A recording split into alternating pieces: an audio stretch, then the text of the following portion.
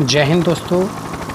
मैं आज आपको इस ऑडियो के माध्यम से भारतीय सेना में भर्ती होने के कुछ तरीके बताना चाहता हूँ। दोस्तों, मैंने अपना अनुभव और अपने प्रैक्टिकल वर्क के अनुसार जो कि मैंने भर्ती कार्यालय में रह कर के किया, उसके अनुसार सभी उम्मीदवार कैंडिडेट्स को जो सेना में आने के इच्छुक, उनको कुछ बातें बताना चाहता हूं, जिसको वो लोग फॉलो करें और अपनी तैयारी अच्छे ढंग से करें, ताकि जब भी कोई टेस्ट हो, जब भी आर्मी का कोई भी टेस्ट हो, उसमें वो आसानी से सफलता प्राप्त करें तथा किसी का दोषारोपण ना करें। और कुछ एक चंद बातें हैं जो कि हर एक बच्चे के दिमाग में सदैव रहती हैं। नंबर एक बात कि मैं भर्ती हो जाता परंतु एक नंबर से पीछे रह गया। ये वाहियात बातें हैं। आप एक नंबर से क्यों पीछे रह गए? क्योंकि आपने सही तैयारी नहीं किया। नंबर दूसरी बात, अपने पेरेंट्स को, अपने माता पिता को वो बच्चा यही जाके बोलता है कि अगर मेरा कोई सिफारशी होता तो मैं सेना में आराम से भर्ती हो जाता। तीसरी बात, मेरे पास घूस देने के लिए पैसे नहीं हैं, नहीं तो मैं सेना में आराम से भर्ती हो जाता। ये बहाने सारे फेलियर्स अपने पेरेंट्स को, अपने माता पिता को बताते हैं, जबकि वास्तविकता बात यह होती है कि उसकी खुद की तैयारी ठीक से नहीं होती है। चाहे वो फिज़िकल फिटनेस की तैयारी हो, चाहे रिटन एग्जामिनेशन की तैयारी हो, या फिर मेडिकल से रिलेटेड कोई इशू हो, उसके बारे में अनभिज्ञ होने की वजह से बच्चा अपने आप को तैयार नहीं कर पाता है, और जब फेल हो जाता है, रिजेक्ट कर दिया जाता है, तो वो दोषारोपण या तो आर्मी संस्था के ऊपर देता है, या फिर अपने माँ बाप के ऊपर देता है, या फिर घूस का डिंडोरा पीटता है कि घूस चल रही है। मैं इस ऑडियो के माध्यम से सभी पेरेंट्स को और सभी उम्मीदवार अच्छे बच्चों को ये आगाह करना चाहता हूँ कि इन सब बातों में ना पड़ें। आज भी सेना की भर्ती बिल्कुल ही निष्पक्ष होती है। यदि आपके अंदर क्षमता है, आप योग्य हैं, तो कोई भी माई का लाल उसको निकाल नहीं सकता है। और यदि आप सक्षम नहीं हैं, आप उसके लायक नहीं हैं, तो कोई भी माई का लाल, कोई एजेंट, कोई घूसखोर, कोई भी आपको भर्ती नहीं करवा सकता है। क्योंकि आजकल का जो सिस्टम है बहुत ही अच्छे ढंग से बनाया गया है, उसमें किसी प्रकार का फेरबदल, किसी प्रकार का हेरा फेरी नहीं करते हैं। तो आज इस ऑडियो के माध्यम से मैं आपको तरीका बताता हूँ कि क्या क्या टेस्ट होते हैं, कैसे कैसे आपको तैयार करना होता है, और कैसे कैसे हर एक टेस्ट को फेस करना होता है, फिर आपका कैसे रिज़ल्ट आता है और कैसे आप फाइनली सिलेक्ट होते हैं। तो सबसे पहले जब आपके रिक्रूटिंग जोन या भर्ती कार्यालय से नोटिफिकेशन आता है कि फ़ला महीने में फ़ला डिस्ट्रिक्ट की भर्ती है, उस समय सबसे पहले कैंडिडेट का काम है कि अपना नाम ऑनलाइन रजिस्ट्रेशन करवाए अपने मार्कशीट के अनुसार। उसमें ध्यान रहे कि मार्कशीट की जो मार्क्स हैं वो गलत ना भरे, नहीं तो जब फाइनल स्क्रीनिंग इन के लिए जाएगा बच्चा, वहाँ रिजेक्ट कर दिया जाएगा और सारा डेटा हमारे पास में रहता है।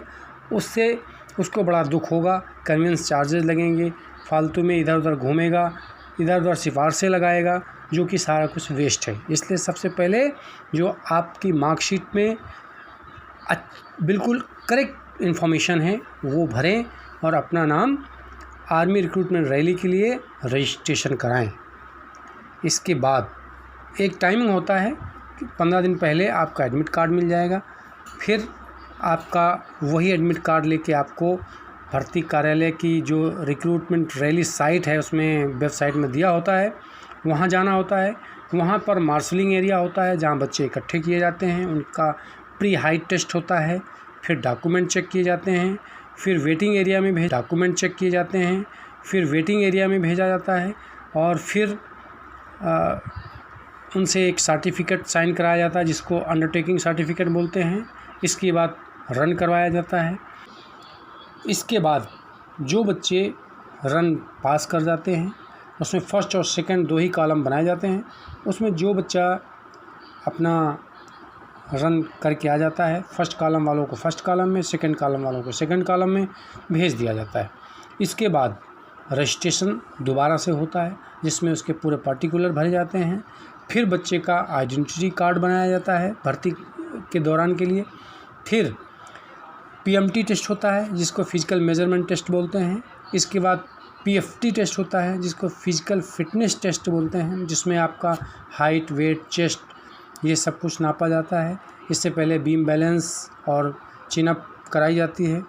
फिर डॉक्यूमेंट का सेट बनवाया जाता है जिसको प्रिपरेशन ऑफ डॉक्यूमेंट सेट बोलते हैं। वो जब सेट बन जाता है तो सारे डॉक्यूमेंट बच्चे से मांग लिए जाते हैं।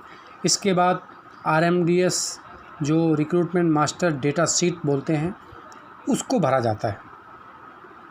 इतनी कार्रवाई के बाद जब बच्चा ये सब टेस्ट पास कर लेता है और उसका RMDS फॉर्म भर जाता है, फिर उसको मेडिकल के लिए रेफ़र कर दिया जाता है। मेडिकल की डेट दे दी जाती है और मेडिकल करवाने के बाद में उसको फाइनल रिटन टेस्ट के लिए एडमिट कार्ड दे दिया जाता है। फिर बच्चा CE जिसको कॉमन एंट्रेंस टेस्ट बोलते हैं उसके लिए आता है। वहाँ फिर उसका थंब से वेरिफिकेशन किया जाता है। देन उसको पेपर दिए जाते हैं, OMR शीट दी जाती है, उससे पेपर देता है, वो टेस्ट देता है। टेस्ट के बाद उसकी कापियाँ जमा हो जाती हैं। फिर इसके बाद वो कंसर्न रिक्रूटिंग जोन में कापी इवैल्यूएशन के लिए जाती हैं और वहाँ से फिर उसका फाइनल रिज़ल्ट बनाया जाता है। जब रिज़ल्ट बन जाता है इसके बाद मेरिट बनाई जाती है और मेरिट के बेस में बच्चे का ट्रेनिंग सेंटर अलॉट किया जाता है। ये कार्रवाई पूरे रिक्रूटमेंट की है। अब बच्चे को कैसे कैसे तैयारी करना है, कितनी रन की प्रैक्टिस करना है, कितनी बीम की प्रैक्टिस करना है, कैसे मेडिकल के लिए प्रिपेयर करना है, कैसे रिटन के लिए प्रिपेयर करना है, ये सारी जानकारी मैं आपको अगले वीडियो में दूंगा। तब तक के लिए सिर्फ एक बात दिमाग में रखें हर एक कैंडिडेट और हर एक पेरेंट्स आल्सो कि आर्मी की भर्ती बिल्कुल निःशुल्क है, बिल्कुल निष्पक्ष है और क्षमता के बेस पर आधारित है। यदि बच्चा सक्षम है, यदि बच्चा अपने आप में प्रिपेयर्ड है तो अवश्य ही भर्ती होगा। यदि वो प्रिपेयर नहीं है, वो किसी भी टेस्ट को क्लियर करने में असमर्थ है तो भर्ती नहीं होगी। 2 ही बातें हैं, किसी एजेंट के चक्कर में ना पड़ें, किसी को अपने बच्चे के डॉक्यूमेंट ना दें, किसी को अपने बच्चे के लिए पैसे ना दें और ना ही अपने आप को ना ही अपने बच्चे को गुमराह करें। सिर्फ़ और सिर्फ तैयारी के लिए जोर दें, तैयारी करवाएं और अच्छे से तैयारी कराएं ताकि वो पहली बार में ही, पहली भर्ती में ही हो जाएं। इसके अलावा अगली वीडियो में मैं बताऊंगा कौन कौन से डॉक्यूमेंट्स, कौन कौन से कागजात ज़रूरी होते हैं, कैसे कैसे कहाँ कहाँ से डॉक्यूमेंट्स बनाने होते हैं और भर्ती के दौरान क्या क्या डॉक्यूमेंट लेके भर्ती की साइट में जाना पड़ता है। ये सारी जानकारियाँ मैं स्टेप बाय स्टेप अलग अलग वीडियो बना के देता रहूँगा ताकि जो उम्मीदवार अच्छे बच्चे हैं और देश के लिए कुछ करना चाहते हैं, अपने लिए कुछ करना चाहते हैं, अपने परिवार के लिए कुछ करना चाहते हैं तो आर्मी से अच्छा रास्ता कोई भी नहीं है।